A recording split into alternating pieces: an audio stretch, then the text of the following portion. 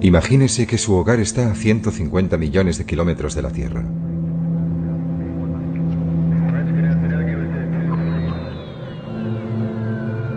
Se han establecido los primeros asentamientos humanos en otros lugares del sistema solar.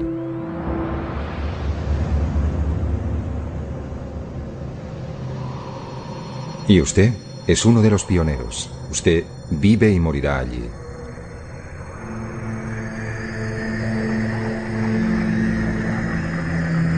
Bienvenido al futuro fuera de nuestro planeta madre.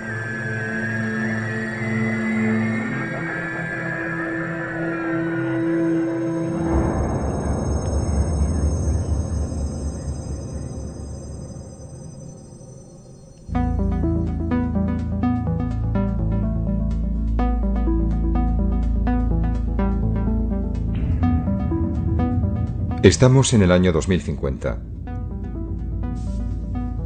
La Luna está ya muy poblada por seres humanos, viviendo bajo su superficie y en cráteres cubiertos con una cúpula que permite vivir y respirar.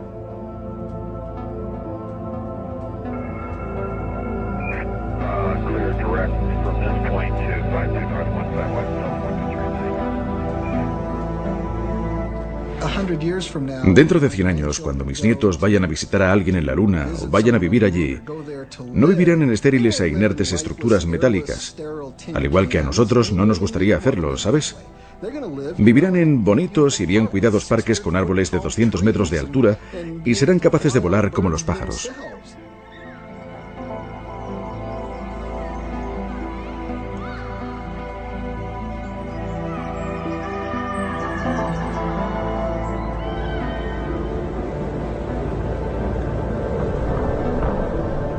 La vida importada de la Tierra está comenzando a arraigar en un planeta donde no ha llovido desde hace casi 4.000 millones de años. Ahora imaginemos Marte.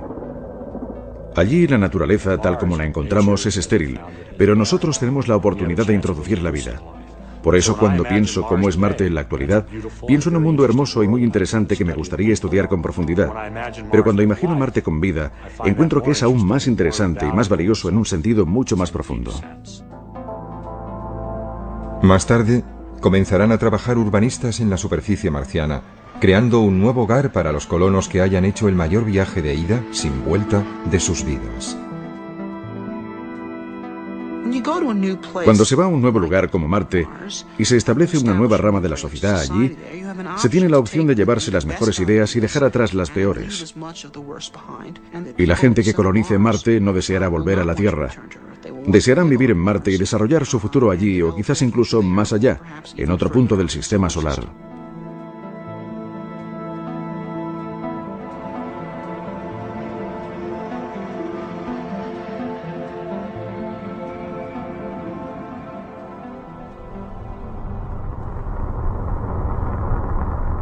A finales del verano del año 1976, dos sondas idénticas llamadas Viking se posaron sobre Marte. Remitieron a la Tierra imágenes detalladas de la superficie de otro planeta por primera vez en la historia. Aunque no encontraron las huellas de vida que habían ido a buscar, la misión Viking completó con éxito diversos experimentos sobre el suelo y el aire marcianos. Fue todo un triunfo científico. Sin embargo, Christopher McKay es un biólogo de la NASA que cree que la ciencia espacial es tan solo una manera de prepararse para algo mucho más importante. Se habla a menudo sobre la explotación del espacio como si su único objetivo fuera científico. Desde ese punto de vista, ciertamente enviar naves tripuladas no es un proyecto rentable. Podemos conseguir mejores datos científicos con robots y sondas automáticas. Pero creo que eso sería errar el tiro. ¿Para qué estamos haciendo ciencia? ¿Por qué estamos explorando científicamente el espacio? Bueno, yo creo que forma parte de una actividad humana mucho más amplia, de un proyecto humano mucho más ambicioso de tratar de anticiparse a los futuros asentamientos humanos fuera de nuestro mundo. Marte es el planeta más cercano y donde será más fácil poder dar nuestro primer paso colonizador. No estamos enviando seres humanos a Marte para hacer ciencia. Estamos enviando seres humanos a Marte. Una de las muchas cosas que harán cuando estén allí será ciencia, pero también escribirán poesía, y gritarán y se enfadarán y harán todo lo que hacen los seres humanos.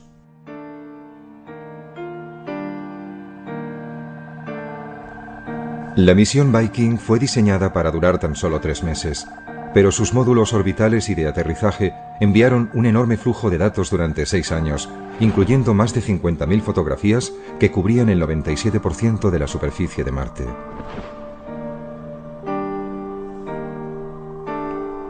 McKay cree que incluso para trabajos científicos, robots como los Viking no deben sustituir a las misiones humanas. La gente habla de enviar robots para explorar otros planetas y no de la necesidad de enviar seres humanos.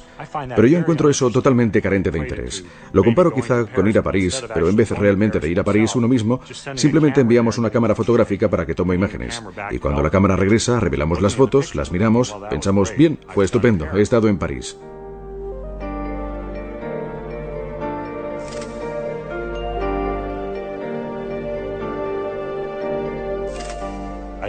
Pienso que es la presencia humana. La experiencia humana es parte de la motivación para ir, y los seres humanos desearán ir a estos otros mundos.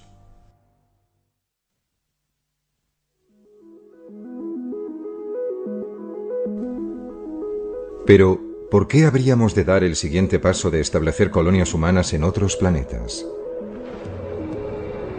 Robert Zubrin es un ingeniero espacial que ha ideado una manera de enviar a los primeros seres humanos a Marte. Pero no desea pararse allí. Para él, Marte es en el siglo XXI la nueva frontera, un lugar que aguarda ser habitado por colonos llegados desde la Tierra. La frontera en la Tierra está cerrada. Pienso que a menos que la humanidad quiera llegar a una era de estancamiento, tenemos que estar dispuestos a alcanzar una nueva frontera. Y la nueva frontera está ahí fuera, en el espacio, y particularmente en Marte. Pero colonizar Marte es fundamentalmente un acto de creación. Lo que haremos es crear una nueva rama de la civilización humana, una nueva rama de la cultura humana. Es decir, no estamos haciendo esto por nosotros, lo estamos haciendo por ellos, lo estamos haciendo por los marcianos. ¿Es todo esto posible? Gran parte de la tecnología para llevarlo a cabo ya fue desarrollada en un corto periodo de casi 10 años, que empezó a finales de la década de los pasados años 50, con animales puestos en órbita en misiles balísticos. Este chimpancé iba a regresar sano y salvo, pero en ese momento poco o nada se sabía sobre si los seres humanos podrían sobrevivir en el espacio.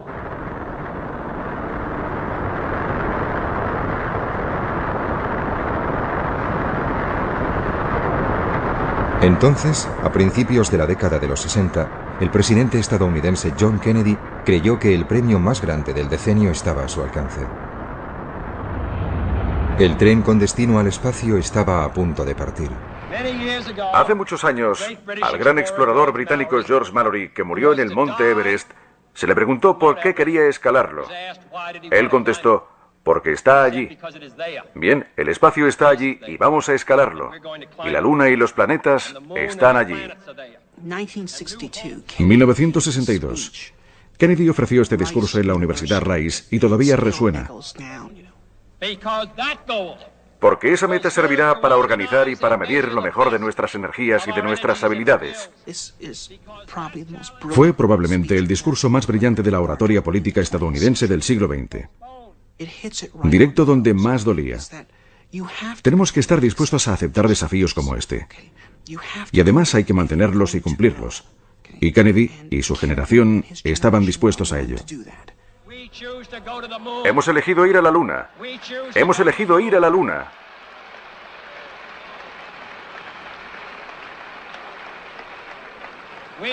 Hemos elegido ir a la Luna en esta década y hacer otras cosas. No porque sea fácil, sino porque es difícil. Hemos elegido ir a la Luna no porque sea fácil, sino porque es difícil. Era un acto de fe y de una gran capacidad de visión, porque no se sabía qué beneficios nos aguardaban, pero el espacio estaba allí e íbamos a escalarlo. El programa espacial fue uno de los puntos culminantes del optimismo del siglo XX, una embriagadora mezcla de tecnología punta y osadía humana que hizo que todo pareciera posible. Primero la Luna, siguiente parada, las estrellas. ¿Cuáles fueron los beneficios del programa Apolo? Ciertamente no consistió solo en conseguir unos 50 kilos de piedras lunares. El verdadero beneficio del programa fue que toda una generación se inspiró en él para incorporarse a carreras científicas por la oferta, por la posibilidad de participar y formar parte de la gran aventura espacial, de ser pioneros. Eso es un hecho. Yo fui uno de ellos. Yo tenía 9 años cuando Kennedy hizo su discurso, su llamada para enviarnos a la Luna. Yo fui uno de los niños del programa Apolo.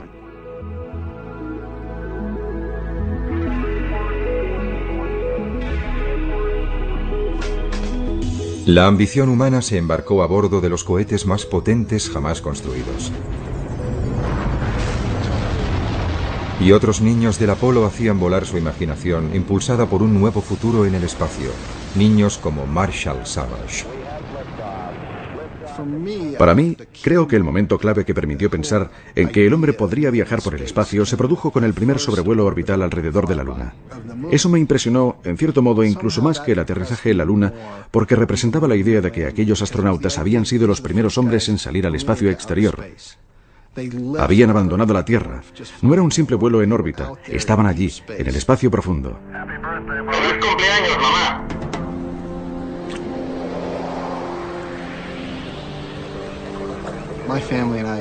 Mi familia y yo nos habíamos tomado un año sabático y viajamos por Europa en una furgoneta Volkswagen.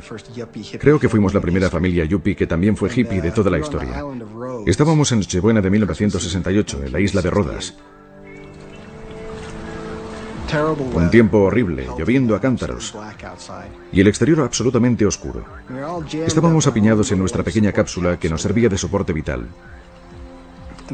Y escuchando la radio oímos a estos individuos, estos hombres, los primeros astronautas verdaderos, y su voz parecía proceder de ultratumba, de las profundidades del espacio. Yo no fui educado en un entorno religioso, pero cuando empezaron a leer el libro del Génesis, y allí estábamos escuchando a esos muchachos en Nochebuena desde el espacio exterior por primera vez. Dios en el principio creó el cielo y la tierra. La tierra no tenía forma y estaba vacía. Las tinieblas cubrían el abismo y el Espíritu de Dios se desplazaba sobre las aguas. Y dijo Dios, que se haga la luz. Me conmovió, y algo en mi interior me dijo que así era el futuro. Y no solamente el futuro de la humanidad, sino mi futuro personal. Estos individuos me estaban hablando a mí. Y desde el equipo del Apolo 8 cerramos con unas buenas noches, buena suerte, feliz Navidad. Y que Dios bendiga a todos vosotros, a todos los que estáis en la buena tierra.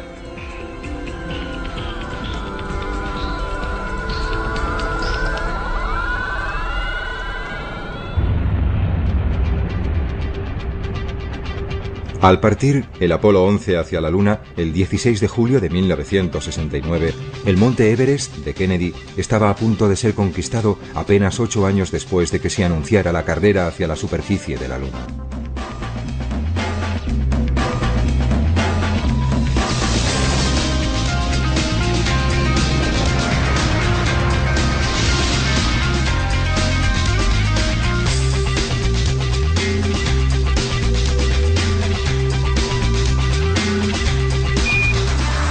Houston, aquí la base de la tranquilidad.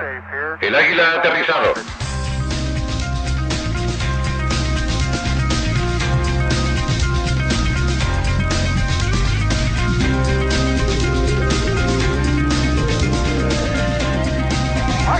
¡Cielos! Esta vez ha sido rápido. ¡Wow! Lo siento, Charlie. ¡Hermoso! Debo mantenerme atento al volante. Paseando por la luna un día, en el feliz, feliz mes de diciembre. No, mayo. ¿Mayo? Mayo, es verdad. De nuevo a bordo.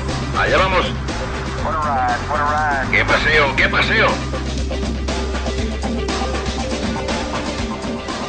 Al dejar la Luna, los astronautas del Apolo 17, el 14 de diciembre de 1972, el ímpetu para transportar personas hacia el resto del sistema solar se perdió. Desde entonces nadie ha escapado de la órbita de la Tierra.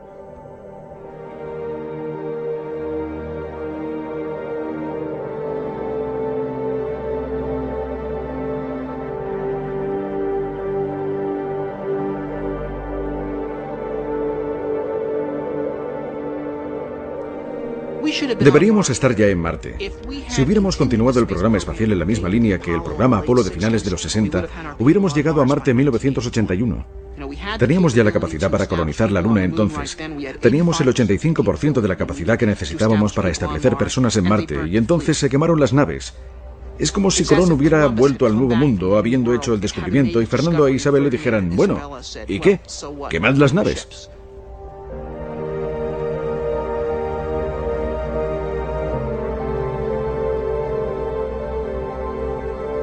En los institutos y en las universidades, decenas de miles de jóvenes esperaban poder satisfacer sus ambiciones como astronautas.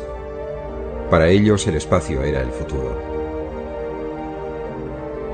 Hacia el final de su adolescencia, Marshall Savage se convenció de que se enrolaría en la próxima y más peligrosa aventura: ir más allá de la Luna. Básicamente solo quería ir a Marte. No me importaba si era el primero o el 50º o el número 5000. Solo deseaba ir a Marte. Parecía una ambición noble y alcanzable en esa época. Iba a haber una estación espacial permanente para 100 hombres en órbita, una colonia permanente en la Luna y hombres en Marte a principios de la década de 1980, lo que se ajustaba de maravilla a mi agenda. Pero bueno, la historia tomó un rumbo totalmente distinto. Todo el programa espacial a partir del Apolo fue cancelado y no íbamos a ir a ningún sitio.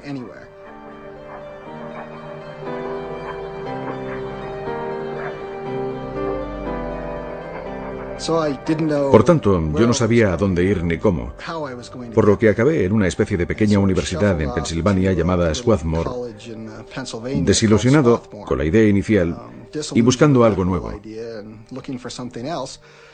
Pero mira por dónde, quien apareció por esa universidad para dar una conferencia en el departamento de astronomía fue un antiguo alumno llamado Gerard K. O'Neill.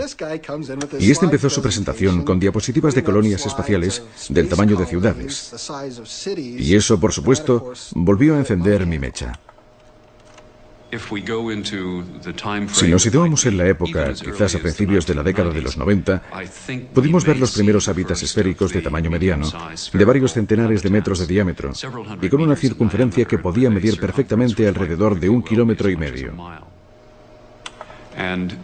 Y comparativamente, no muy diferente de cualquier lugar que la humanidad haya considerado tradicionalmente como muy atractivo, como la isla de Capri o la ciudad de Carmel en California, o los barrios más agradables de Londres, o sea el que sea su lugar favorito.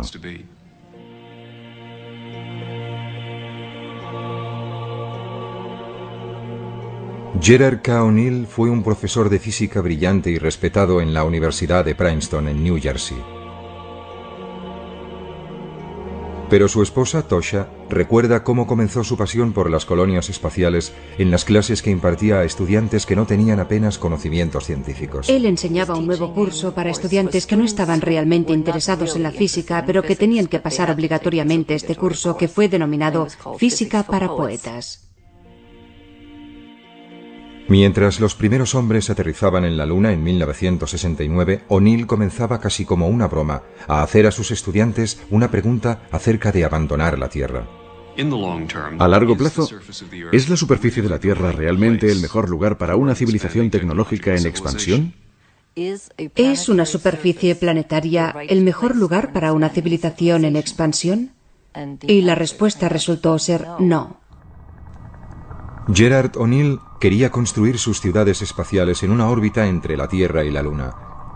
Él denominó este lugar la Alta Frontera. Pero primero, él debía conseguir que su idea fuera tomada en serio.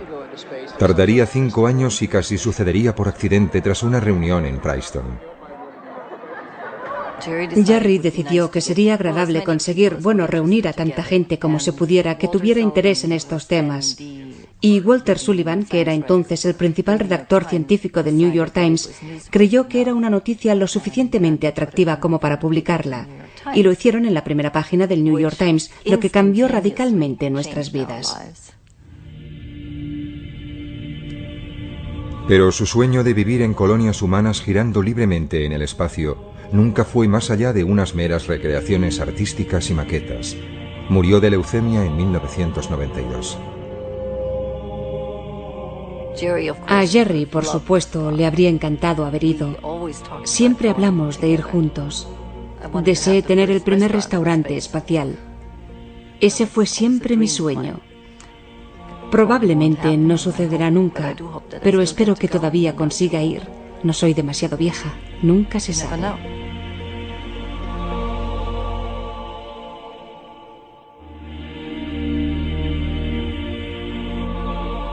30 años después de que O'Neill propusiera por primera vez las colonias espaciales en órbita, emergió una nueva idea, la de la terraformación, o modelar los planetas hasta que puedan llegar a albergar seres humanos. Marshall Savage cree que nuestro deseo de colonizar otros mundos y de hacerlos similares al nuestro está inculcado en la psique humana. Los seres humanos están programados con una necesidad y amor profundo hacia la belleza natural y el esplendor del planeta Tierra. Sus árboles, sus flores, sus cascadas, sus pájaros, sus mariposas. Estas son las cosas que realmente nos conmueven. Y también es lo que caracterizará la experiencia humana de la colonización espacial de aquí en adelante. Y lo que asombrará a la gente, creo, es cuán natural y similar a la Tierra como un paraíso será esa forma de vida.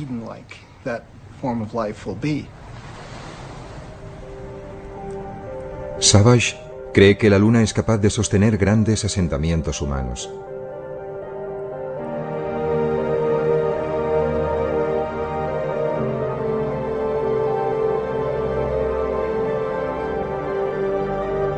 Pero ¿cómo creamos un mundo similar a la Tierra para que viva la gente en un lugar tan estéril y sin atmósfera como es la Luna? Una manera es transformar los cráteres en biosferas, islas autónomas de vida.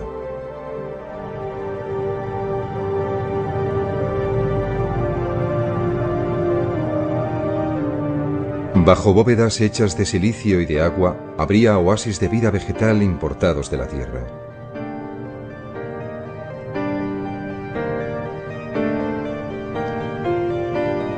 Las personas que vivan en la gravedad de la Luna soportarían solo una sexta parte de su peso en la Tierra.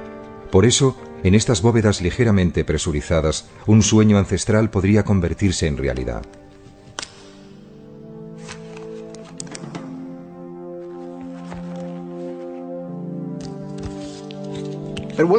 Con una sexta parte de la gravedad, un ser humano puede volar con su propio impulso. Al ponerse y ajustarse unas alas de seda, se podría despegar desde la rama de cualquiera de esos gigantescos árboles. Incluso se podrían utilizar nuestras propias alas y, aleteando nuestros propios brazos, propulsarnos realmente a través del aire como enormes pájaros.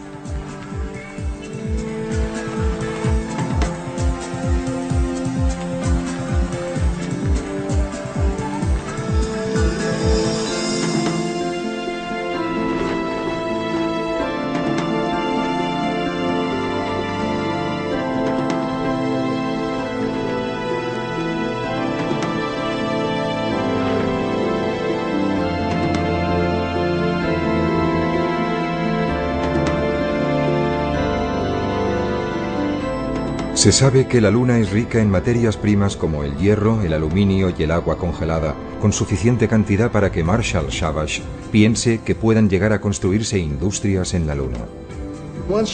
Una vez dispongamos de una pequeña base en un lugar como la Luna, el crecimiento allí puede ser muy rápido. Y durante varios siglos solo habrá trasiego de materiales, arriesgando una actividad industrial como si fuera la Chicago del futuro. Un pequeño planeta con unos grandes hombros, con gente asentando una sólida infraestructura industrial en la Luna.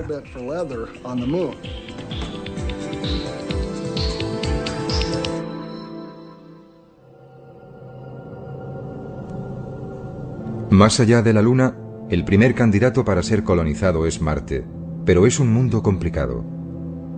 La temperatura global media es inferior a los 25 grados centígrados bajo cero. Y en los polos cubiertos de hielo puede caer hasta por debajo de 90 grados bajo cero. Pero hay pruebas de que Marte fue alguna vez un planeta húmedo y más cálido, no muy distinto de la Tierra. Las cicatrices de su superficie sugieren que alguna vez fue surcada por ríos y mares. ¿A dónde fue a parar el agua entonces? Un poco de ella se halla aprisionada en los dos casquetes polares, pero también pudiera ser que existiera atrapada bajo su superficie.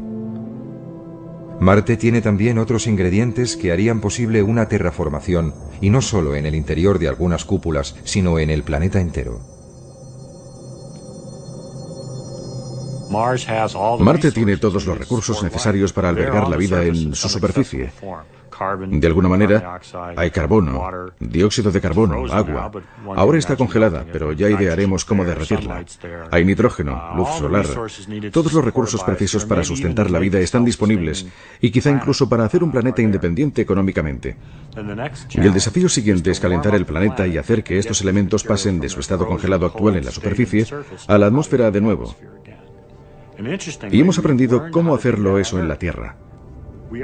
Estamos lanzando a la atmósfera gases que provocan el efecto invernadero de manera miles de veces más efectiva que el dióxido de carbono y que crean un manto alrededor de la Tierra que la mantiene caliente. Ahora en la Tierra eso quizás no es una buena idea, pero en Marte es justo lo que necesitamos para calentar ese mundo, para derretir su hielo y para lanzar todos esos elementos de nuevo a la atmósfera. Para fabricar estos gases se necesita carbono, hidrógeno, cloro y flúor. Todos estos elementos pueden estar disponibles en Marte. Podrían ser extraídos desde la superficie de Marte, puestos en sus debidas proporciones en fábricas robotizadas y después ser bombeados a través de chimeneas en enormes cantidades. Pondrían en marcha un efecto invernadero autoalimentado. Los casquetes polares se derretirían y la superficie de Marte sería transformada en algo que se parecería mucho a la Tierra. Aparecerían grandes océanos y lagos, y la atmósfera comenzaría a espesarse y a cambiar. La temperatura media en la superficie de Marte se elevaría desde 25 grados bajo cero a algunos grados por encima del punto de congelación.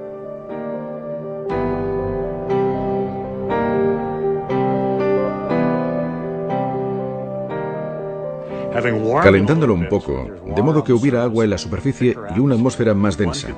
Se podría entonces introducir ecosistemas muy simples, no muy diferentes de los ecosistemas que existen hoy en las regiones árticas y antárticas. Poco más que algas brotarían en la superficie de Marte como primera vida vegetal. Pero sería la avanzadilla para lograr el verdor de Marte. Nuestros cálculos sugieren que Marte podría calentarse con una atmósfera bastante densa en unos 100 años. Es un proceso notablemente eficiente una vez que comencemos a atrapar energía solar. Y como la atmósfera será más densa y el planeta será más cálido, se podrían introducir formas avanzadas de vida más sofisticadas. Y Marte reproduciría la historia evolutiva de la Tierra, solo que mucho más rápidamente porque se apoyaría en la biología terrestre para impulsarse.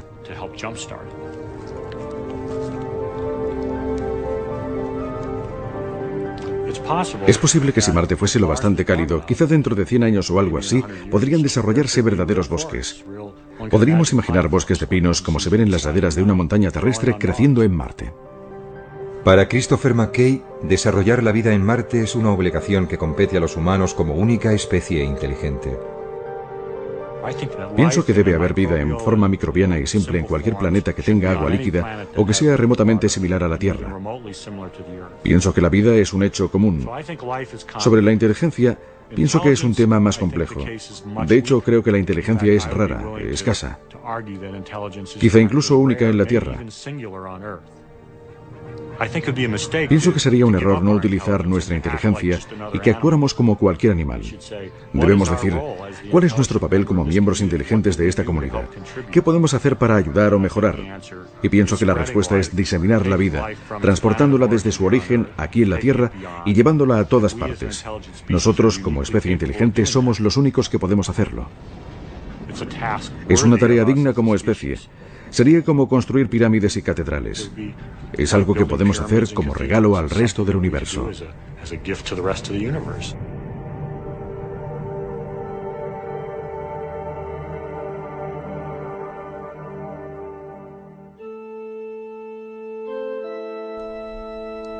Marte sería como todas las fronteras a las que los seres humanos han hecho frente, desafiante, acogedora, peligrosa. Pero ¿qué es lo que podría motivar a una gran cantidad de personas para emprender un viaje que podría durar un año a un frío y lejano planeta? Una respuesta se puede encontrar entre las reliquias de la historia reciente de los Estados Unidos. En el siglo XIX, una idea arraigó en los Estados Unidos que vio cómo centenares de miles de hombres y mujeres embarcaban en carruajes y trenes hacia el oeste. Y no fue únicamente para buscar fortuna, sino que entendieron que podrían formar parte de algo magnífico, el establecimiento de una nación basada en principios de progreso y libertad, y toda esa gente deseó ser parte de ella.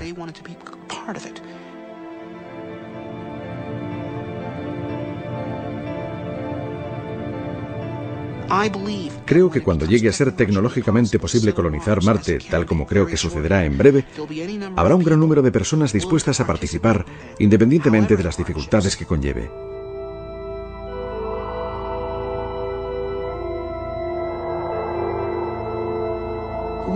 Los Estados Unidos son una nación que fue creada por gente que estaba dispuesta a abrazar el desafío de asumir nuevas fronteras. Y si abandonamos esa idea, entonces seremos inferiores a ellos, ¿verdad? Y esa es la receta para la desintegración y el derrumbamiento. Eso es algo que no podemos permitirnos hacer.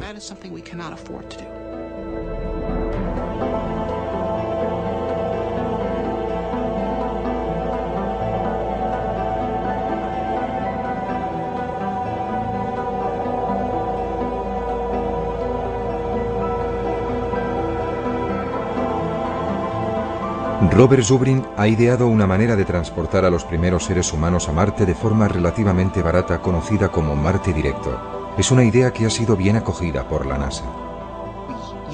Utilizaríamos la misma técnica para explorar Marte que la que utilizaron los pioneros en la Tierra, que es viajar ligeros y vivir de la propia Tierra.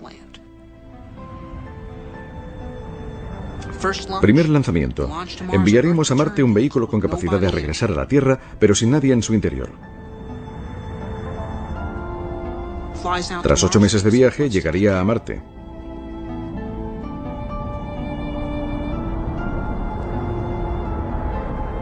Aterrizaría y accionaría una bomba que aspiraría el aire de Marte, que es de dióxido de carbono, y se le haría reaccionar con un poco de hidrógeno traído desde la Tierra, lo cual permitiría aprovisionar al cohete con oxígeno y metano que usaría para propulsarse.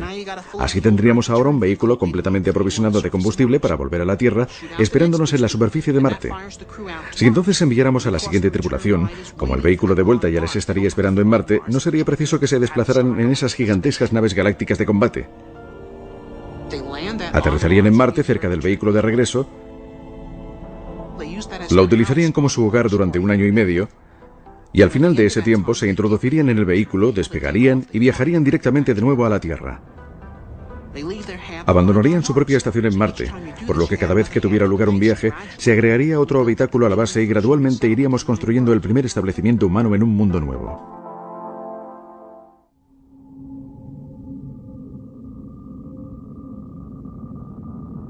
La enorme distancia a Marte impide que los suministros puedan ser transportados regularmente desde la Tierra.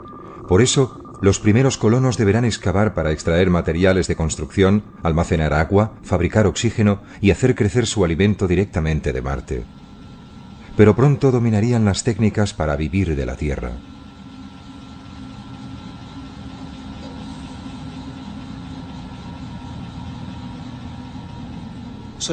Estaremos en una situación, quizás dentro de 50 años, en la que sabremos cómo ser autosuficientes en Marte y cómo llegar allí de un modo relativamente barato. Y en ese punto creo que comenzará la inmigración a gran escala.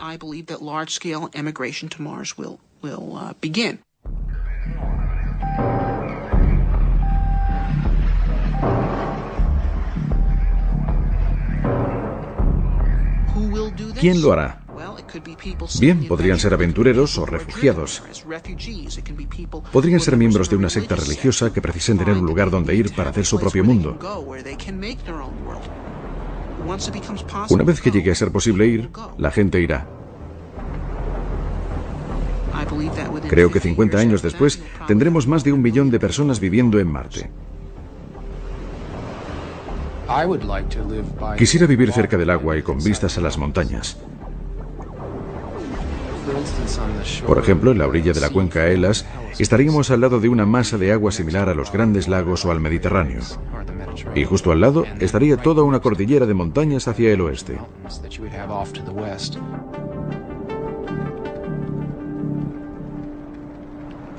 Desde su hogar, situado en el norte de California, el escritor de ciencia ficción Kim Stanley Robinson imaginó cómo sería la vida en un Marte terraformado.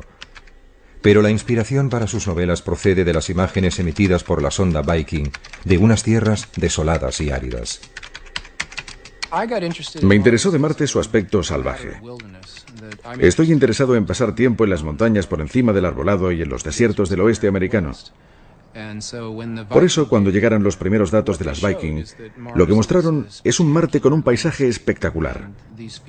Y estas características despertaron mi interés y pensé que sería un gran lugar para ir de acampada con mi mochila. Viking reveló que Marte era como el sueño de un turista. El Valle Marineris es un abismo de 4.000 kilómetros de largo y hasta 8 kilómetros de profundidad, 200 kilómetros de ancho y más de 10 veces mayor que el Gran Cañón del Colorado. El Olympus Mons es un volcán extinto que se eleva 25 kilómetros sobre los llanos circundantes. Es casi 3 veces más alto que el monte Everest.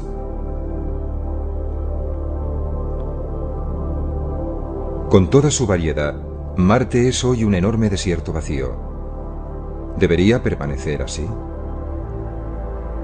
Robinson prevé una batalla entre los defensores de un Marte rojo sin tocar y aquellos que prefieren un Marte verde y vivo. El conflicto rojo-verde en mis novelas tiene que ver con la idea de que habrá gente que se enamore de Marte tal como está ahora, y la idea de terraformarla le sonaría a sacrilegio. Por otra parte, sería mucho más fácil vivir en Marte si lo alteramos para darle una atmósfera y hacerla menos mortal. Tanto los verdes como los rojos, creo, existirán, y se establecerá un conflicto entre ambos. Más pronto o más tarde, Marte estará literalmente terraformada y será posible que la gente viva allí en el exterior de la misma manera que hacen en la Tierra, exceptuando que tendrán solamente un tercio de la gravedad terrestre. Pienso que los marcianos del futuro se preguntarán por qué hay gente que quiere vivir con nuestra fuerza de gravedad, tal como hacemos nosotros ahora, teniendo que esforzarse tanto para moverse, en vez de simplemente pegar un salto para subir de un piso a otro, como una gacela o un canguro. Donde quiera que los seres humanos elijan vivir, en la Luna, Marte o más allá, una cosa es cierta. Si se quedan permanentemente, su aspecto físico quedará alterado por los diferentes entornos e influencias, como la fuerza de gravedad, la cantidad de luz solar recibida o la composición atmosférica. Solo la ocupación de esa clase de entornos va a cambiar a la gente que viva allí en una especie casi enteramente nueva y distinta. Después de 1 o 2 generaciones como máximo, por ejemplo, la gente que sea nativa de la Luna podrá ser varias decenas de centímetros más alta que la gente que sea nativa de la Tierra.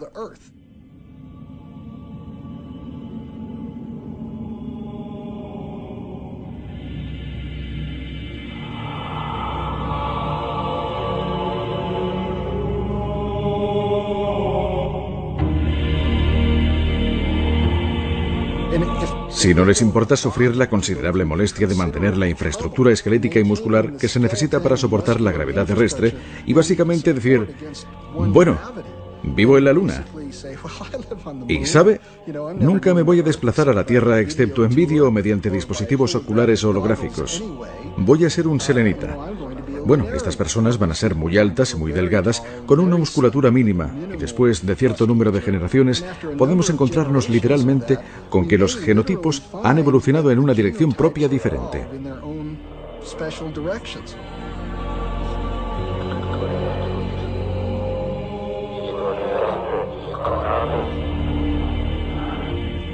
Predecir qué sucederá tras 10 o 20 generaciones está más allá de la ciencia.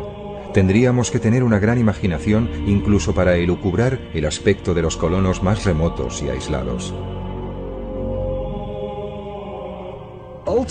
En última instancia, a donde vamos con todo esto es al verdadero universo de Star Trek. Probablemente se haya dado cuenta de que en Star Trek vuelan por toda la galaxia y se encuentran con todo tipo de alienígenas, pero todos tienen básicamente 2 brazos y 2 piernas, y quizá unos cuernecillos en su frente. Bien, pienso que en algunos miles o millones de años eso será una realidad, pero la razón es porque todas esas especies habrán tenido su raíz original en la Tierra. Y entonces, en función de su medio ambiente familiar, seguirán una línea genética totalmente distinta de cualquier otra, todos con un origen común, pero de aspecto tan distinto como los vulcanianos y klingons.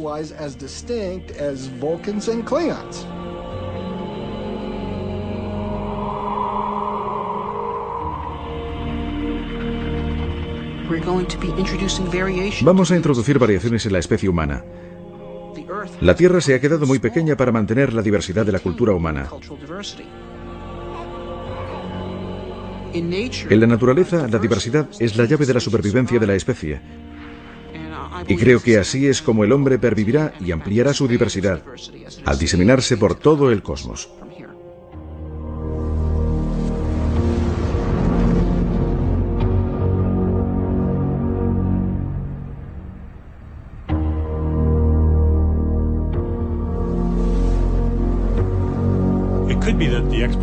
Pudiera ser que la exploración del espacio fuese inevitable. Hablamos de seres humanos y de su curiosidad natural para explorar, pero esta podría ser una característica más fundamental de la vida en sí misma. La vida podría ser un fenómeno que, por ejemplo, como un fuego, necesita crecer constantemente para mantenerse. Tiene que arder constantemente para que se mantenga. La vida puede ser así también. Puede ser que necesite estar constantemente en expansión y en crecimiento hacia nuevas fronteras para permanecer viva como un sistema global.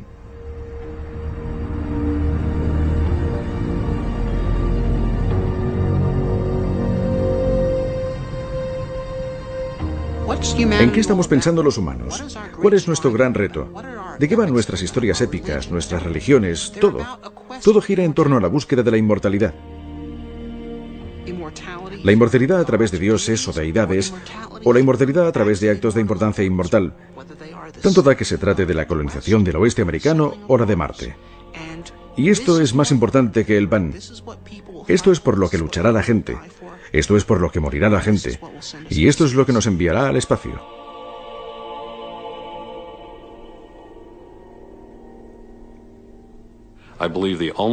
Creo que la única manera de salir al espacio es haciendo el espacio rentable. Si se desea ir al espacio para quedarse, tiene que ser una empresa rentable. En Steamboat Springs, Colorado, Estados Unidos, Jim Benson está planeando cómo ganar dinero gracias al espacio. En 1990 o 1991, mientras leía el Washington Post, vi un pequeño artículo. Se había encontrado un asteroide, El Dorado, y resultó ser una bola sólida de acero inoxidable valorada en $80 billones. Y pensé, bien, si este asteroide vale $80 billones, debo averiguar si hay más como él. Casi 500 asteroides han sido descubiertos hasta ahora pasando cerca de la órbita de la Tierra. Poco se sabe sobre ellos, pero todos podrían ser inmensamente ricos en minerales. Los asteroides metálicos me fascinaron porque tienen concentraciones muy altas de oro y de todos los metales del grupo del platino. Pero es extremadamente difícil extraer el metal de ellos. Llegaríamos a una montaña de acero inoxidable y resultaría casi imposible hacerla pedazos o excavarla. Pero Benson se dio cuenta de que algunos asteroides contenían algo incluso más valioso que los metales preciosos, el hielo, que podría convertirse en agua e hidrógeno que sirvieran de combustible para cohetes en el espacio exterior. Sin el elevadísimo coste de transportar el combustible desde la Tierra, la colonización del espacio sería una empresa más realista.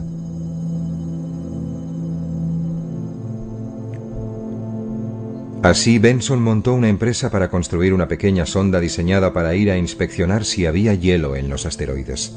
Él quería algo que fuera seguro y barato. Uno de los aspectos clave de nuestra sonda que inspeccionará asteroides es que no estamos haciendo nada nuevo. Toda la tecnología que estamos utilizando se ha utilizado antes. Es tecnología de penúltima generación. Esto resulta más atractivo para el inversor porque podemos hacerlo más barato. Estoy haciendo esto para abrir el espacio a la humanidad y también para ganar dinero con ello. Hola, Jim Benson. Creo que las empresas comerciales pueden ganar dinero en el espacio. Y una vez que lo hagamos, todos verán que puede ser así. Y eso ampliará la visión de futuro para toda la gente que desea salir, construir colonias espaciales, extraer minerales de los asteroides y vivir en la Luna o en Marte. Jim Benson hizo su primera fortuna en el negocio de los ordenadores. Está convencido de que va a hacer su segunda en el espacio. Si retrocedemos 20 años, al principio de la revolución de los ordenadores personales, nadie sabía qué estaba sucediendo. Nadie sabía quiénes serían los ganadores o los perdedores. Pero hoy tenemos muchísimos millonarios gracias a ellos. Estamos ahora en el mismo punto con la comercialización del espacio. Cualquier cosa puede suceder, y gran parte de ellas sucederán.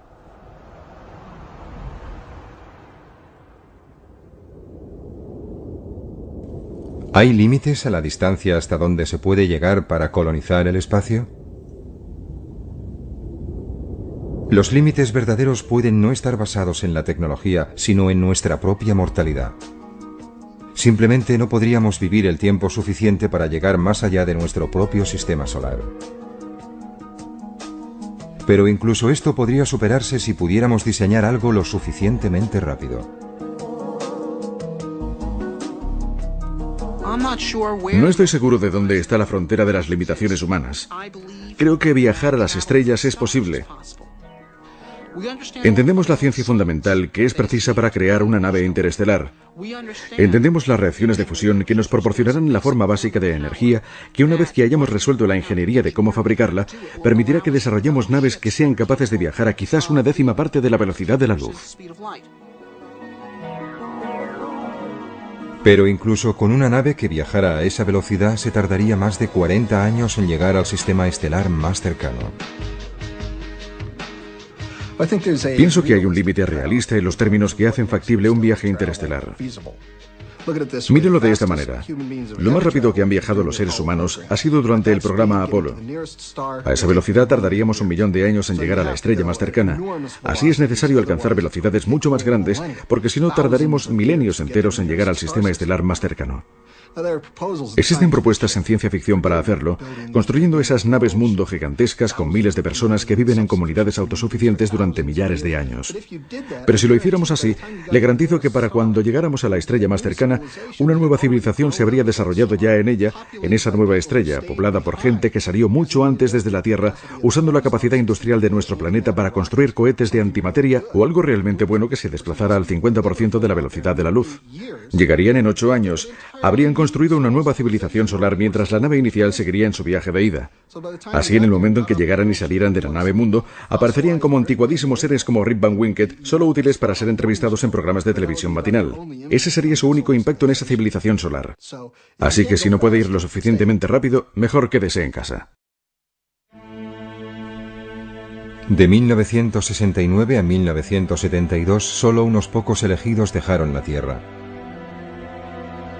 6 misiones Apolo aterrizaron en la Luna. Tan solo 12 astronautas estadounidenses. ¡Oh, qué lugar! ¡Qué vista!, ¿verdad, John? Es absolutamente irreal.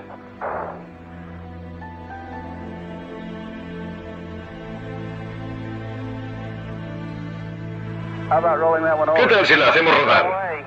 De ninguna manera. Si hacemos eso al oeste de Texas, aparece una serpiente de cascabel. Los recuerdos de un triunfo del siglo XX todavía obsesionan a aquellos que esperaban y conservaban la esperanza de llegar más allá. Es como si todo sucediera ayer, pero estas imágenes tienen un cuarto de siglo de edad.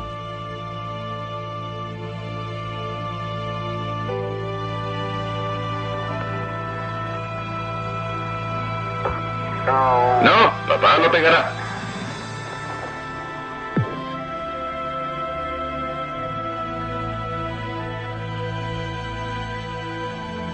¿Emprenderá de nuevo la humanidad este camino? ¿Y esta vez lo continuará? Las estrellas están a nuestro alcance. Si no nos rendimos ahora, y si decidimos ser una civilización que viaje por el espacio,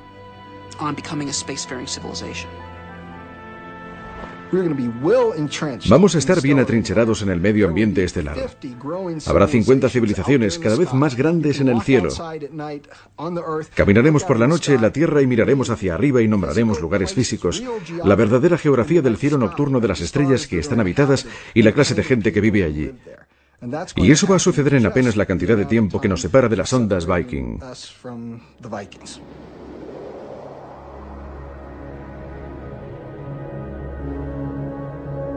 Más de 2 décadas después de que llegaran a Marte, las sondas Viking fueron silenciadas para siempre por gigantescas tormentas de polvo.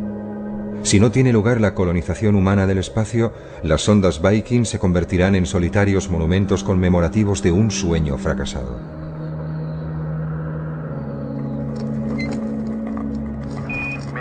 La humanidad entre las estrellas. Esto es para lo que hemos nacido y allí es hacia donde nos dirigimos. De acuerdo, Bob. Tengo mis herramientas justo aquí. Sal aquí y mándame un saludo. Tenemos una vista hermosa de ese 4BN y de la Tierra a la vez. Intentaré conseguir una foto para ti. Esta transmisión está llegando desde aproximadamente medio camino entre la Luna y la Tierra. Nos queda poco menos de 40 horas para llegar a la Luna. Así es, ahí lo tienes. Un vasto y solitario tipo de existencia prohibida para la expansión de la nada. La felicidad son trocitos de tocino para desayunar. ¡No te los comas todos! Houston, la belleza de este lugar es absolutamente increíble. Te comento, no puedo ver el fondo de esto y estoy tan cerca del borde como me es posible. Y esa es la verdad. ¡Naranja! Sí que lo es. Puedo verlo desde aquí, es naranja. Nos han dicho que hay un Papá Noel.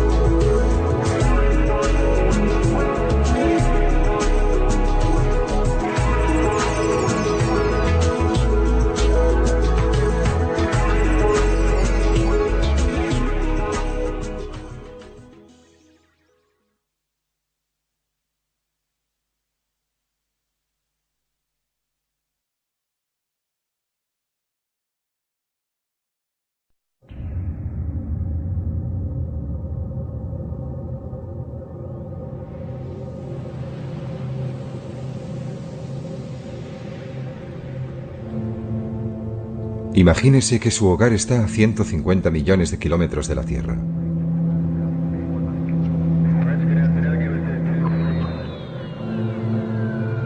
Se han establecido los primeros asentamientos humanos en otros lugares del sistema solar.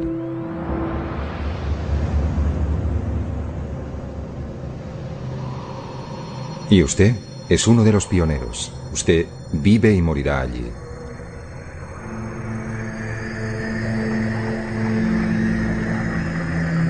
Bienvenido al futuro fuera de nuestro planeta madre.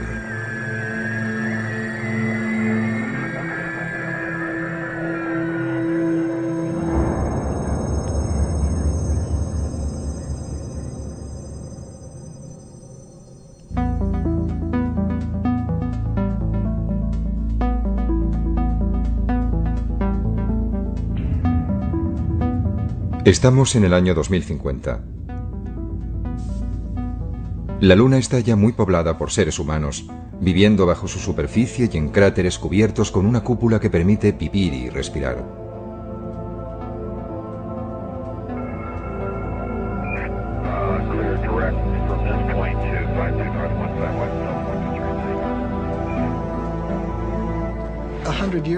Dentro de 100 años, cuando mis nietos vayan a visitar a alguien en la Luna o vayan a vivir allí, no vivirán en estériles e inertes estructuras metálicas, al igual que a nosotros no nos gustaría hacerlo, ¿sabes? Vivirán en bonitos y bien cuidados parques con árboles de 200 metros de altura y serán capaces de volar como los pájaros.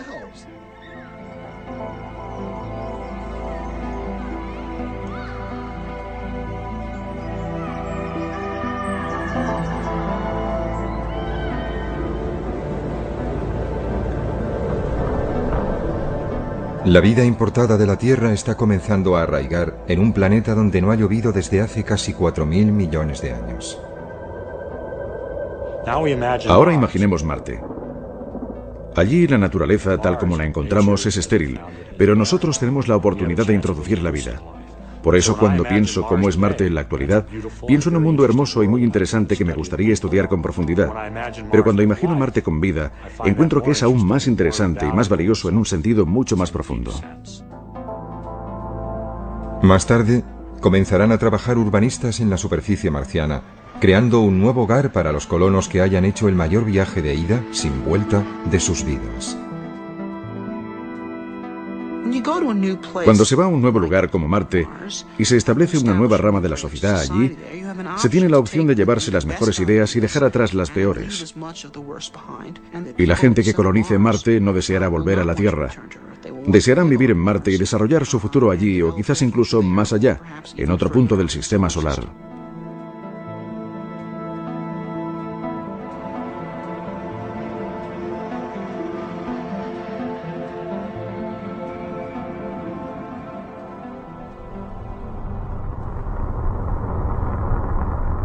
A finales del verano del año 1976, dos sondas idénticas llamadas Viking se posaron sobre Marte. Remitieron a la Tierra imágenes detalladas de la superficie de otro planeta por primera vez en la historia. Aunque no encontraron las huellas de vida que habían ido a buscar, la misión Viking completó con éxito diversos experimentos sobre el suelo y el aire marcianos. Fue todo un triunfo científico.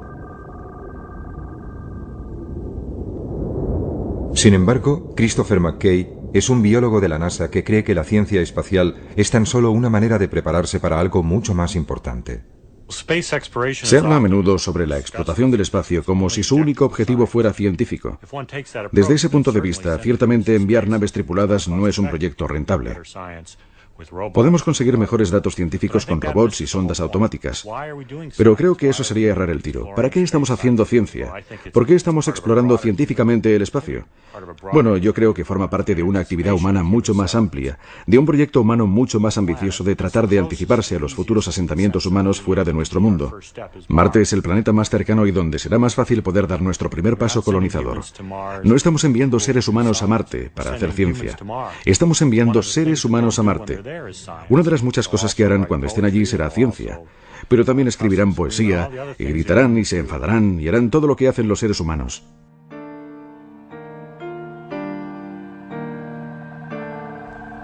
La misión Viking fue diseñada para durar tan solo 3 meses, pero sus módulos orbitales y de aterrizaje enviaron un enorme flujo de datos durante 6 años, incluyendo más de 50.000 fotografías que cubrían el 97% de la superficie de Marte.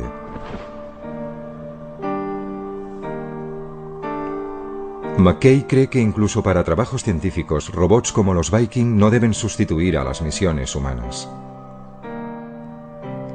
La gente habla de enviar robots para explorar otros planetas y no de la necesidad de enviar seres humanos. Pero yo encuentro eso totalmente carente de interés. Lo comparo quizá con ir a París, pero en vez realmente de ir a París uno mismo, simplemente enviamos una cámara fotográfica para que tome imágenes. Y cuando la cámara regresa, revelamos las fotos, las miramos, pensamos, bien, fue estupendo, he estado en París.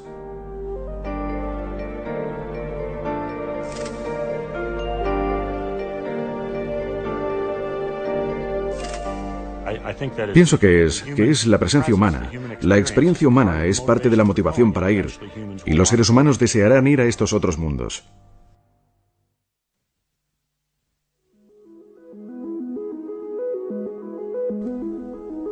Pero, ¿por qué habríamos de dar el siguiente paso de establecer colonias humanas en otros planetas?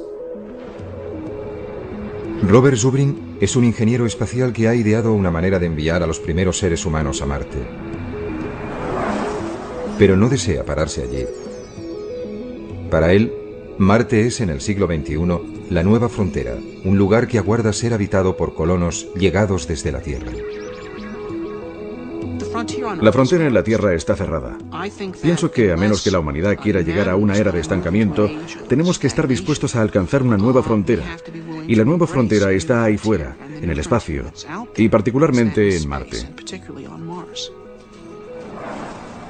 Pero colonizar Marte es fundamentalmente un acto de creación.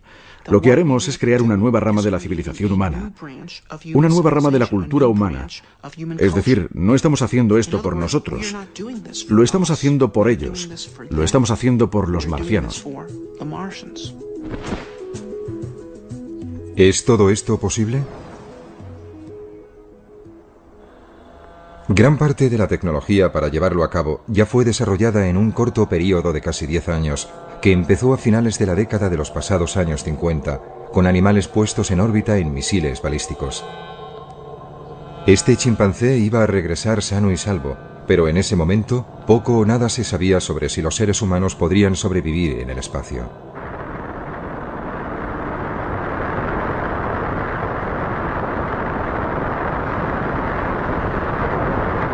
Entonces, a principios de la década de los 60, el presidente estadounidense John Kennedy creyó que el premio más grande del decenio estaba a su alcance. El tren con destino al espacio estaba a punto de partir. Hace muchos años, al gran explorador británico George Mallory, que murió en el monte Everest, se le preguntó por qué quería escalarlo. Él contestó: porque está allí. Bien, el espacio está allí y vamos a escalarlo. Y la Luna y los planetas están allí. 1962. Kennedy ofreció este discurso en la Universidad Rice y todavía resuena. Porque esa meta servirá para organizar y para medir lo mejor de nuestras energías y de nuestras habilidades. Fue probablemente el discurso más brillante de la oratoria política estadounidense del siglo XX. Directo donde más dolía. Tenemos que estar dispuestos a aceptar desafíos como este. Y además hay que mantenerlos y cumplirlos. Y Kennedy y su generación estaban dispuestos a ello. Hemos elegido ir a la Luna. Hemos elegido ir a la Luna.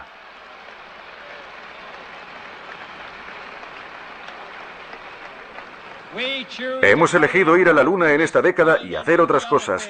No porque sea fácil, sino porque es difícil. Hemos elegido ir a la Luna no porque sea fácil, sino porque es difícil.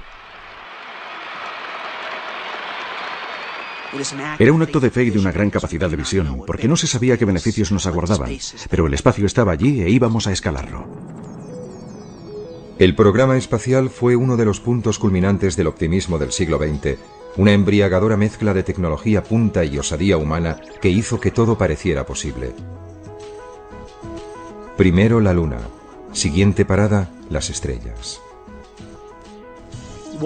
¿Cuáles fueron los beneficios del programa Apolo? Ciertamente no consistió solo en conseguir unos 50 kilos de piedras lunares. El verdadero beneficio del programa fue que toda una generación se inspiró en él para incorporarse a carreras científicas por la oferta, por la posibilidad de participar y formar parte de la gran aventura espacial, de ser pioneros. Eso es un hecho. Yo fui uno de ellos. Yo tenía 9 años cuando Kennedy hizo su discurso, su llamada para enviarnos a la Luna. Yo fui uno de los niños del programa Apolo.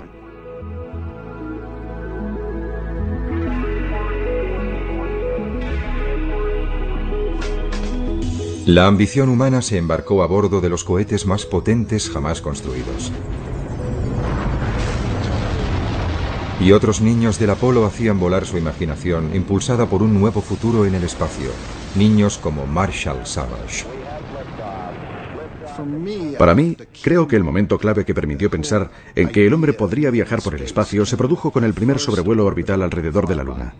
Eso me impresionó, en cierto modo, incluso más que el aterrizaje en la Luna, porque representaba la idea de que aquellos astronautas habían sido los primeros hombres en salir al espacio exterior. Habían abandonado la Tierra. No era un simple vuelo en órbita. Estaban allí, en el espacio profundo. ¡Feliz cumpleaños, mamá!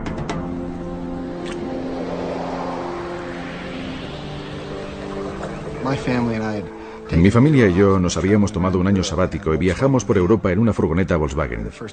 Creo que fuimos la primera familia yuppie que también fue hippie de toda la historia. Estábamos en Nochebuena de 1968, en la isla de Rodas.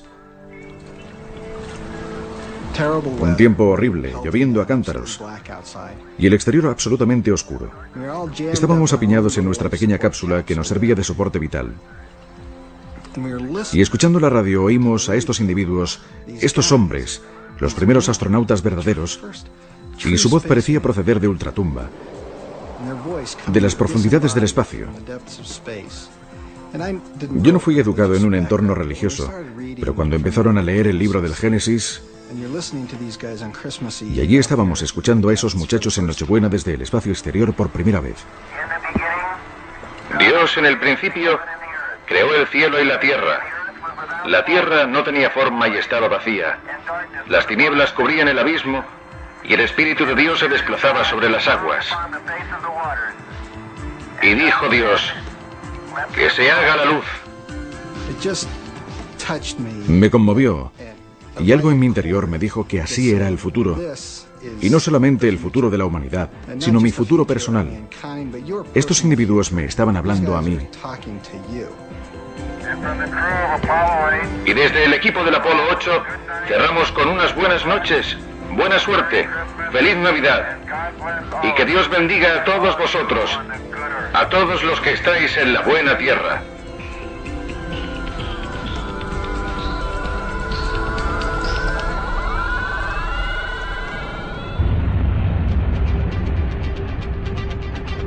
Al partir el Apolo 11 hacia la Luna, el 16 de julio de 1969, el monte Everest de Kennedy estaba a punto de ser conquistado apenas 8 años después de que se anunciara la carrera hacia la superficie de la Luna.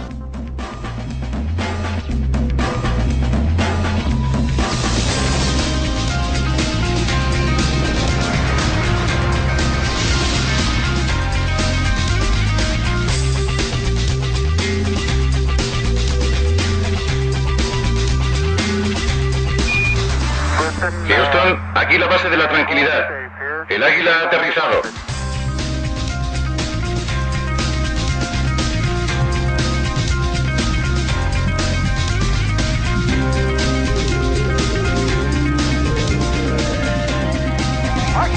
¡Cielos!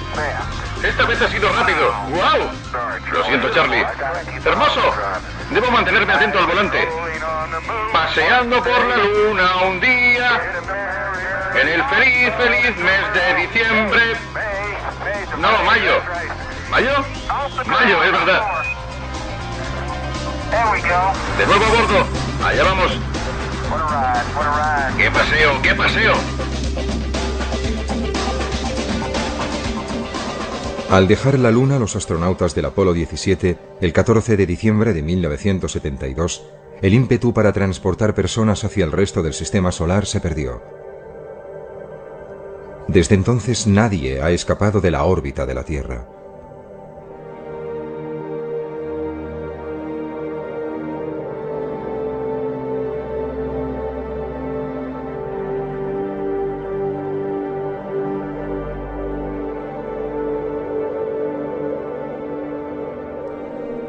Deberíamos estar ya en Marte.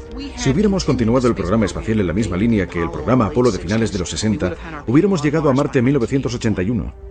Teníamos ya la capacidad para colonizar la Luna entonces. Teníamos el 85% de la capacidad que necesitábamos para establecer personas en Marte, y entonces se quemaron las naves.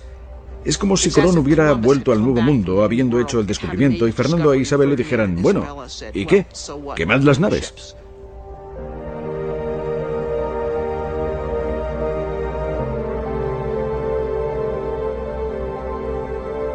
En los institutos y en las universidades, decenas de miles de jóvenes esperaban poder satisfacer sus ambiciones como astronautas. Para ellos el espacio era el futuro.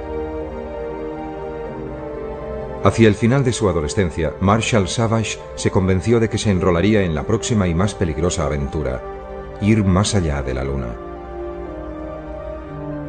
Básicamente solo quería ir a Marte. No me importaba si era el primero o el 50º o el número 5000. Solo deseaba ir a Marte. Parecía una ambición noble y alcanzable en esa época. Iba a haber una estación espacial permanente para 100 hombres en órbita, una colonia permanente en la Luna y hombres en Marte a principios de la década de 1980, lo que se ajustaba de maravilla a mi agenda. Pero bueno, la historia tomó un rumbo totalmente distinto. Todo el programa espacial a partir del Apolo fue cancelado y no íbamos a ir a ningún sitio.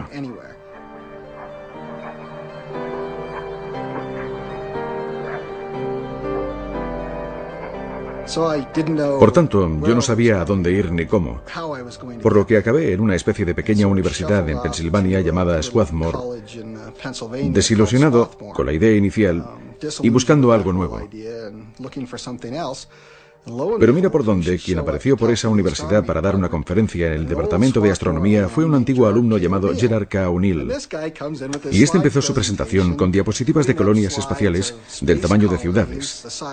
Y eso, por supuesto, volvió a encender mi mecha. Si nos situamos en la época, quizás a principios de la década de los 90, pudimos ver los primeros hábitats esféricos de tamaño mediano, de varios centenares de metros de diámetro, y con una circunferencia que podía medir perfectamente alrededor de 1,5 kilómetros. Y comparativamente, no muy diferente de cualquier lugar que la humanidad haya considerado tradicionalmente como muy atractivo, como la isla de Capri o la ciudad de Carmel en California, o los barrios más agradables de Londres, o sea el que sea su lugar favorito.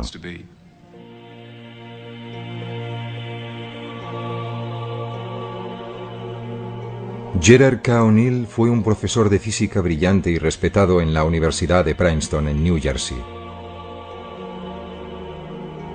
Pero su esposa, Tosha, recuerda cómo comenzó su pasión por las colonias espaciales en las clases que impartía a estudiantes que no tenían apenas conocimientos científicos. Él enseñaba un nuevo curso para estudiantes que no estaban realmente interesados en la física, pero que tenían que pasar obligatoriamente este curso, que fue denominado Física para Poetas. Mientras los primeros hombres aterrizaban en la Luna en 1969, O'Neill comenzaba casi como una broma a hacer a sus estudiantes una pregunta acerca de abandonar la Tierra. A largo plazo, ¿es la superficie de la Tierra realmente el mejor lugar para una civilización tecnológica en expansión? ¿Es una superficie planetaria el mejor lugar para una civilización en expansión? Y la respuesta resultó ser no. Gerard O'Neill quería construir sus ciudades espaciales en una órbita entre la Tierra y la Luna. Él denominó este lugar la Alta Frontera. Pero primero, él debía conseguir que su idea fuera tomada en serio. Tardaría 5 años y casi sucedería por accidente tras una reunión en Princeton. Jerry decidió que sería agradable reunir a tanta gente como se pudiera que tuviera interés en estos temas. Y Walter Sullivan, que era entonces el principal redactor científico del New York Times, creyó que era una noticia lo suficientemente atractiva como para publicarla. Y lo hicieron en la primera página del New York Times, lo que cambió radicalmente nuestras vidas. Pero su sueño de vivir en colonias humanas girando libremente en el espacio nunca fue más allá de unas meras recreaciones artísticas y maquetas. Murió de leucemia en 1992. A Jerry, por supuesto, le habría encantado haber ido. Siempre hablamos de ir juntos. Deseé tener el primer restaurante espacial. Ese fue siempre mi sueño. Probablemente no sucederá nunca, pero espero que todavía consiga ir. No soy demasiado vieja, nunca se sabe.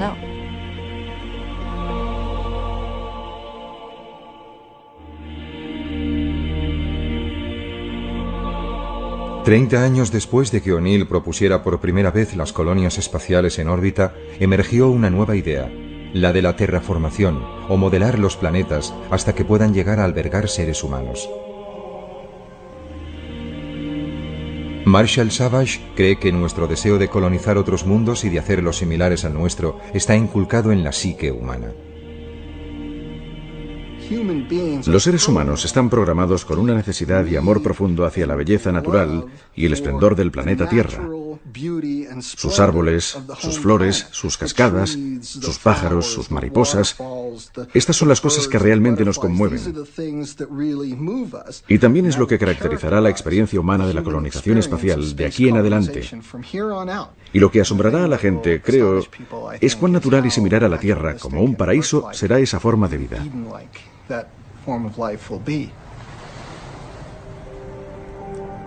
Savage cree que la Luna es capaz de sostener grandes asentamientos humanos.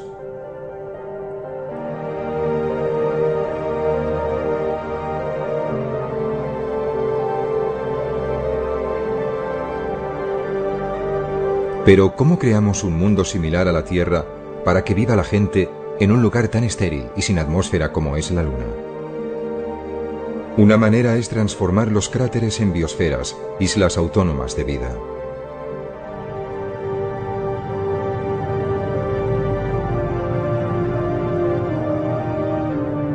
Bajo bóvedas hechas de silicio y de agua, habría oasis de vida vegetal importados de la Tierra.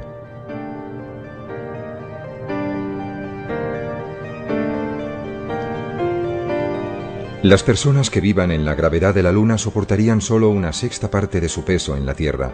Por eso, en estas bóvedas ligeramente presurizadas, un sueño ancestral podría convertirse en realidad.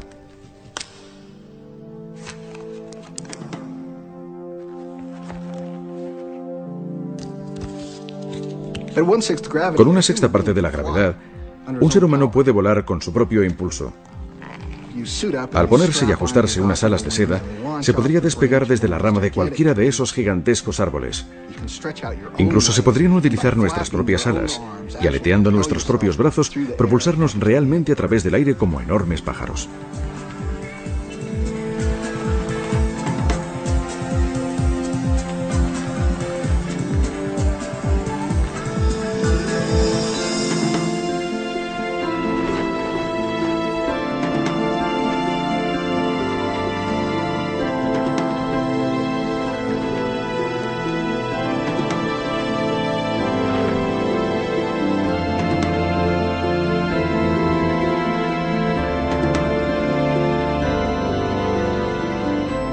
Se sabe que la Luna es rica en materias primas como el hierro, el aluminio y el agua congelada, con suficiente cantidad para que Marshall Shabash piense que puedan llegar a construirse industrias en la Luna.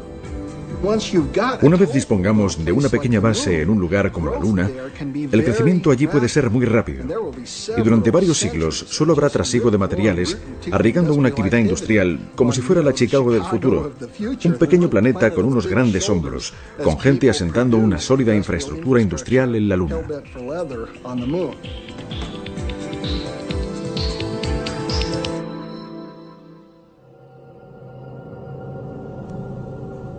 Más allá de la Luna, el primer candidato para ser colonizado es Marte, pero es un mundo complicado. La temperatura global media es inferior a los 25 grados centígrados bajo cero. Y en los polos cubiertos de hielo puede caer hasta por debajo de 90 grados bajo cero. Pero hay pruebas de que Marte fue alguna vez un planeta húmedo y más cálido, no muy distinto de la Tierra. Las cicatrices de su superficie sugieren que alguna vez fue surcada por ríos y mares. ¿A dónde fue a parar el agua entonces? Un poco de ella se halla aprisionada en los dos casquetes polares, pero también pudiera ser que existiera atrapada bajo su superficie. Marte tiene también otros ingredientes que harían posible una terraformación, y no solo en el interior de algunas cúpulas, sino en el planeta entero. Marte tiene todos los recursos necesarios para albergar la vida en su superficie. De alguna manera, hay carbono, dióxido de carbono, agua. Ahora está congelada, pero ya idearemos cómo derretirla. Hay nitrógeno, luz solar. Todos los recursos precisos para sustentar la vida están disponibles, y quizá incluso para hacer un planeta independiente económicamente. Y el desafío siguiente es calentar el planeta y hacer que estos elementos pasen de su estado congelado actual en la superficie a la atmósfera de nuevo. Y hemos aprendido cómo hacerlo eso en la Tierra. Estamos lanzando a la atmósfera gases que provocan el efecto invernadero de manera miles de veces más efectiva que el dióxido de carbono y que crean un manto alrededor de la Tierra que la mantiene caliente. Ahora en la Tierra eso quizás no es una buena idea, pero en Marte es justo lo que necesitamos para calentar ese mundo, para derretir su hielo y para lanzar todos esos elementos de nuevo a la atmósfera. Para fabricar estos gases se necesita carbono, hidrógeno, cloro y flúor. Todos estos elementos pueden estar disponibles en Marte. Podrían ser extraídos desde la superficie de Marte, puestos en sus debidas proporciones en fábricas robotizadas y después ser bombeados a través de chimeneas en enormes cantidades. Pondrían en marcha un efecto invernadero autoalimentado. Los casquetes polares se derretirían y la superficie de Marte sería transformada en algo que se parecería mucho a la Tierra. Aparecerían grandes océanos y lagos, y la atmósfera comenzaría a espesarse y a cambiar.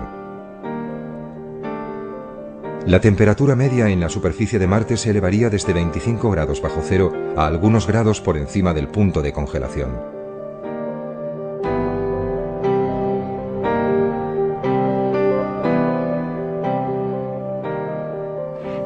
calentándolo un poco, de modo que hubiera agua en la superficie y una atmósfera más densa. Se podría entonces introducir ecosistemas muy simples, no muy diferentes de los ecosistemas que existen hoy en las regiones árticas y antárticas. Poco más que algas brotarían en la superficie de Marte como primera vida vegetal. Pero sería la avanzadilla para lograr el verdor de Marte.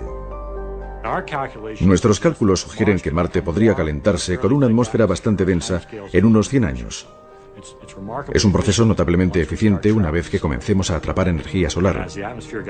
Y como la atmósfera será más densa y el planeta será más cálido, se podrían introducir formas avanzadas de vida más sofisticadas.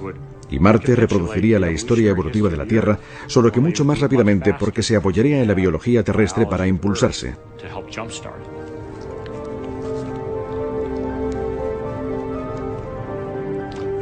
Es posible que si Marte fuese lo bastante cálido, quizá dentro de 100 años o algo así, podrían desarrollarse verdaderos bosques. Podríamos imaginar bosques de pinos como se ven en las laderas de una montaña terrestre creciendo en Marte. Para Christopher McKay, desarrollar la vida en Marte es una obligación que compete a los humanos como única especie inteligente. Pienso que debe haber vida en forma microbiana y simple en cualquier planeta que tenga agua líquida o que sea remotamente similar a la Tierra. Pienso que la vida es un hecho común. Sobre la inteligencia, pienso que es un tema más complejo.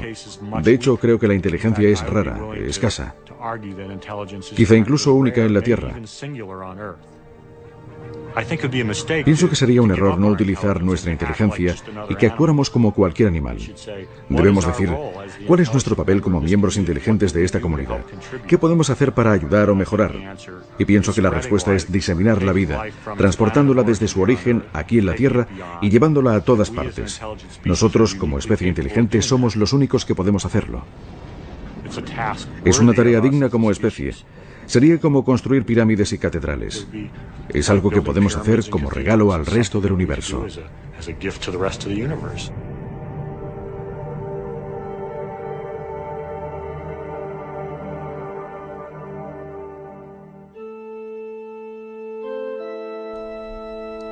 Marte sería como todas las fronteras a las que los seres humanos han hecho frente, desafiante, acogedora, peligrosa. Pero ¿qué es lo que podría motivar a una gran cantidad de personas para emprender un viaje que podría durar un año a un frío y lejano planeta? Una respuesta se puede encontrar entre las reliquias de la historia reciente de los Estados Unidos. En el siglo XIX, una idea arraigó en los Estados Unidos que vio cómo centenares de miles de hombres y mujeres embarcaban en carruajes y trenes hacia el oeste. Y no fue únicamente para buscar fortuna, sino que entendieron que podrían formar parte de algo magnífico, el establecimiento de una nación basada en principios de progreso y libertad, y toda esa gente deseó ser parte de ella.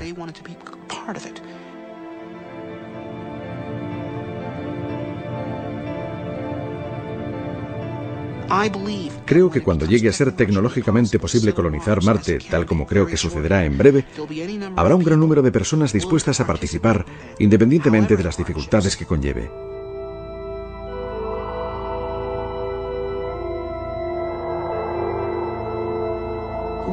Los Estados Unidos son una nación que fue creada por gente que estaba dispuesta a abrazar el desafío de asumir nuevas fronteras. Y si abandonamos esa idea, entonces seremos inferiores a ellos, ¿verdad? Y esa es la receta para la desintegración y el derrumbamiento.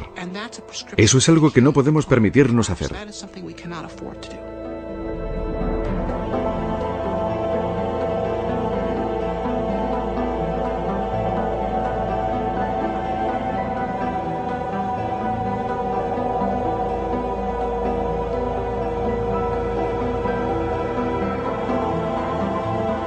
Robert Zubrin ha ideado una manera de transportar a los primeros seres humanos a Marte de forma relativamente barata, conocida como Marte Directo. Es una idea que ha sido bien acogida por la NASA. Utilizaríamos la misma técnica para explorar Marte que la que utilizaron los pioneros en la Tierra, que es viajar ligeros y vivir de la propia Tierra. Primer lanzamiento. Enviaremos a Marte un vehículo con capacidad de regresar a la Tierra, pero sin nadie en su interior. Tras 8 meses de viaje, llegaría a Marte.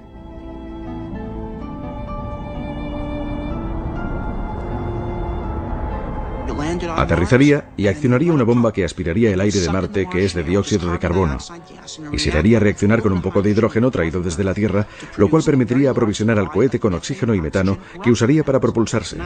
Así tendríamos ahora un vehículo completamente aprovisionado de combustible para volver a la Tierra, esperándonos en la superficie de Marte. Si entonces enviáramos a la siguiente tripulación, como el vehículo de vuelta ya les estaría esperando en Marte, no sería preciso que se desplazaran en esas gigantescas naves galácticas de combate. Aterrizarían en Marte cerca del vehículo de regreso, lo utilizarían como su hogar durante 1 año y medio, y al final de ese tiempo se introducirían en el vehículo, despegarían y viajarían directamente de nuevo a la Tierra. Abandonarían su propia estación en Marte, por lo que cada vez que tuviera lugar un viaje, se agregaría otro habitáculo a la base y gradualmente iríamos construyendo el primer establecimiento humano en un mundo nuevo.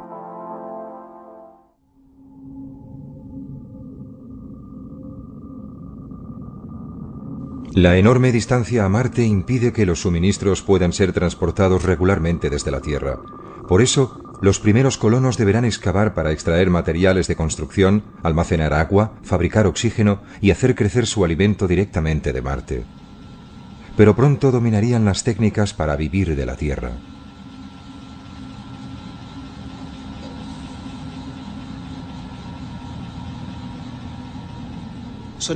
Estaremos en una situación, quizás dentro de 50 años, en la que sabremos cómo ser autosuficientes en Marte y cómo llegar allí de un modo relativamente barato. Y en ese punto creo que comenzará la inmigración a gran escala.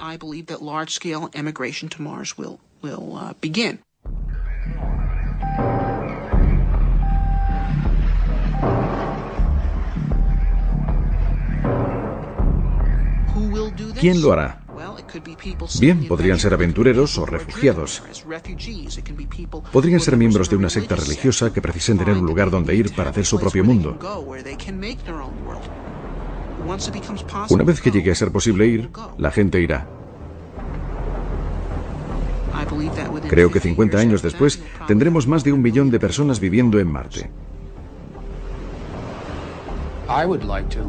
Quisiera vivir cerca del agua y con vistas a las montañas. Por ejemplo, en la orilla de la cuenca Elas, estaríamos al lado de una masa de agua similar a los grandes lagos o al Mediterráneo. Y justo al lado estaría toda una cordillera de montañas hacia el oeste.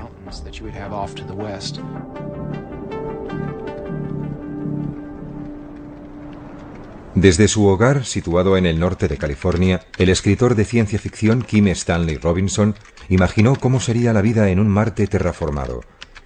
Pero la inspiración para sus novelas procede de las imágenes emitidas por la sonda Viking de unas tierras desoladas y áridas. Me interesó de Marte su aspecto salvaje. Estoy interesado en pasar tiempo en las montañas por encima del arbolado y en los desiertos del oeste americano. Por eso, cuando llegaran los primeros datos de las Viking, lo que mostraron es un Marte con un paisaje espectacular. Y estas características despertaron mi interés y pensé que sería un gran lugar para ir de acampada con mi mochila. Viking reveló que Marte era como el sueño de un turista. El Valle Marineris es un abismo de 4.000 kilómetros de largo y hasta 8 kilómetros de profundidad, 200 kilómetros de ancho y más de 10 veces mayor que el Gran Cañón del Colorado. El Olympus Mons es un volcán extinto que se eleva 25 kilómetros sobre los llanos circundantes. Es casi 3 veces más alto que el monte Everest.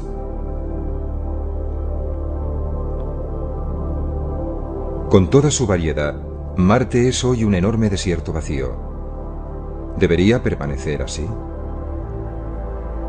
Robinson prevé una batalla entre los defensores de un Marte rojo sin tocar y aquellos que prefieren un Marte verde y vivo. El conflicto rojo-verde en mis novelas tiene que ver con la idea de que habrá gente que se enamore de Marte tal como está ahora, y la idea de terraformarla le sonaría a sacrilegio. Por otra parte, sería mucho más fácil vivir en Marte si lo alteramos para darle una atmósfera y hacerla menos mortal. Tanto los verdes como los rojos, creo, existirán, y se establecerá un conflicto entre ambos. Más pronto o más tarde, Marte estará literalmente terraformada y será posible que la gente viva allí en el exterior de la misma manera que hacen en la Tierra, exceptuando que tendrán solamente un tercio de la gravedad terrestre. Pienso que los marcianos del futuro se preguntarán por qué hay gente que quiere vivir con nuestra fuerza de gravedad, tal como hacemos nosotros ahora, teniendo que esforzarse tanto para moverse, en vez de simplemente pegar un salto para subir de un piso a otro, como una gacela o un canguro. Donde quiera que los seres humanos elijan vivir, en la Luna, Marte o más allá, una cosa es cierta. Si se quedan permanentemente, su aspecto físico quedará alterado por los diferentes entornos e influencias, como la fuerza de gravedad, la cantidad de luz solar recibida o la composición atmosférica. Solo la ocupación de esa clase de entornos va a cambiar a la gente que viva allí en una especie casi enteramente nueva y distinta. Después de 1 o 2 generaciones como máximo, por ejemplo, la gente que sea nativa de la Luna podrá ser varias decenas de centímetros más alta que la gente que sea nativa de la Tierra.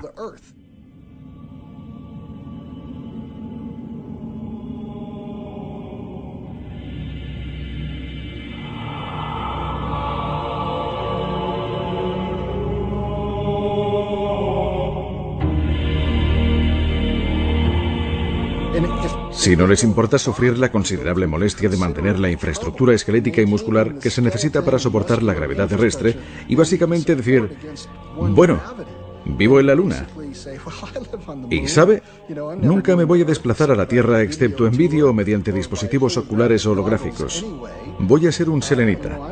Bueno, estas personas van a ser muy altas y muy delgadas, con una musculatura mínima, y después de cierto número de generaciones podemos encontrarnos literalmente con que los genotipos han evolucionado en una dirección propia diferente.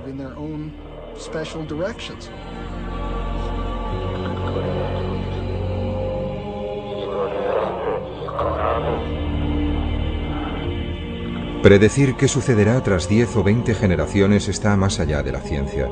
Tendríamos que tener una gran imaginación incluso para elucubrar el aspecto de los colonos más remotos y aislados.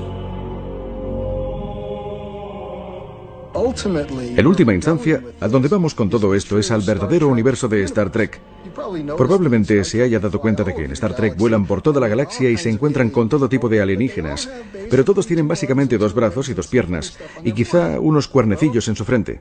Bien, pienso que en algunos miles o millones de años eso será una realidad, pero la razón es porque todas esas especies habrán tenido su raíz original en la Tierra. Y entonces, en función de su medio ambiente familiar, seguirán una línea genética totalmente distinta de cualquier otra, todos con un origen común, pero de aspecto tan distinto como los vulcanianos y klingons.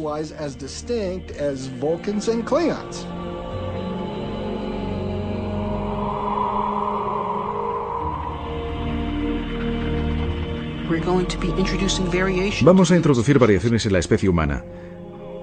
La Tierra se ha quedado muy pequeña para mantener la diversidad de la cultura humana. En la naturaleza, la diversidad es la llave de la supervivencia de la especie.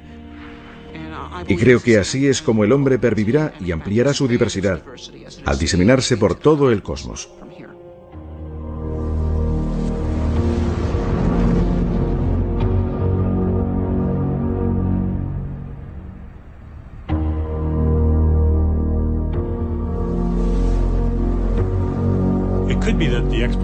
Pudiera ser que la exploración del espacio fuese inevitable.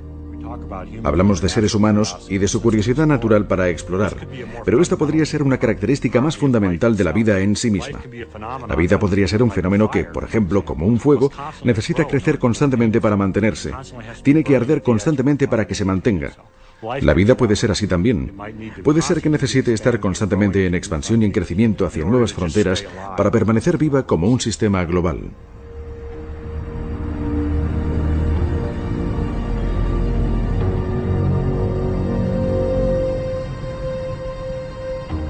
¿En qué estamos pensando los humanos? ¿Cuál es nuestro gran reto? ¿De qué van nuestras historias épicas, nuestras religiones, todo? Todo gira en torno a la búsqueda de la inmortalidad. La inmortalidad a través de dioses o deidades, o la inmortalidad a través de actos de importancia inmortal. Tanto da que se trate de la colonización del oeste americano o la de Marte. Y esto es más importante que el pan. Esto es por lo que luchará la gente. Esto es por lo que morirá la gente. Y esto es lo que nos enviará al espacio.